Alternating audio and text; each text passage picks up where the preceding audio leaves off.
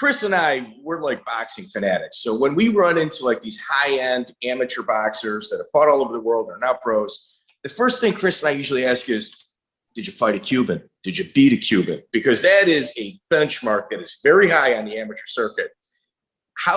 Is this the first Russian that you had beat, whether in competition with wrestling or MMA, or had you had others? Because that's the wrestling benchmark. I agree with you on that.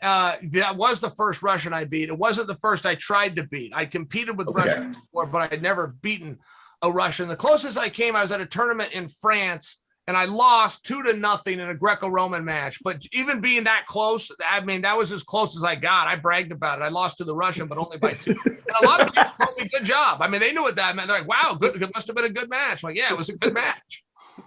So they're tough, man. They're tough athletes. Look, I predicted this in 2012 when the UFC started signing Russians. I was telling those guys, don't sign them unless you plan to be in business with Russia, because when the Russia invasion comes, it's going to be like nothing you've seen.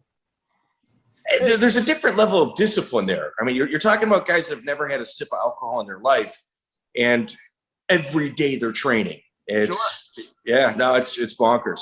So it's a big part of it. I mean, they'll take you out of home if they identify you as a good athlete. They'll take you out of home and they'll put you in certain buildings. I visited and trained there, but like in one of the buildings I was at that I trained at, they live on one floor. They socialize, like there's a TV and computers on this floor. They take all their schooling here. They eat down here and they train down here. They never leave that building. It's built into floors. Here we sleep in it. And it goes through. Not to mention, I mean, nobody ever wants to tell the truth about Russians, but they are way ahead of everybody in the world of steroids. That is government. For sure.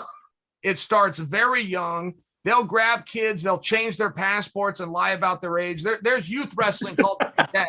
You got to be 15 or 16. Right. They'll enter an 18-year-old, give him a fake passport and juice him out of his mind just to go win one of these little medals. We got the Cadet World Championships going right now. Literally right now they're happening. We got an Oregon boy in the finals.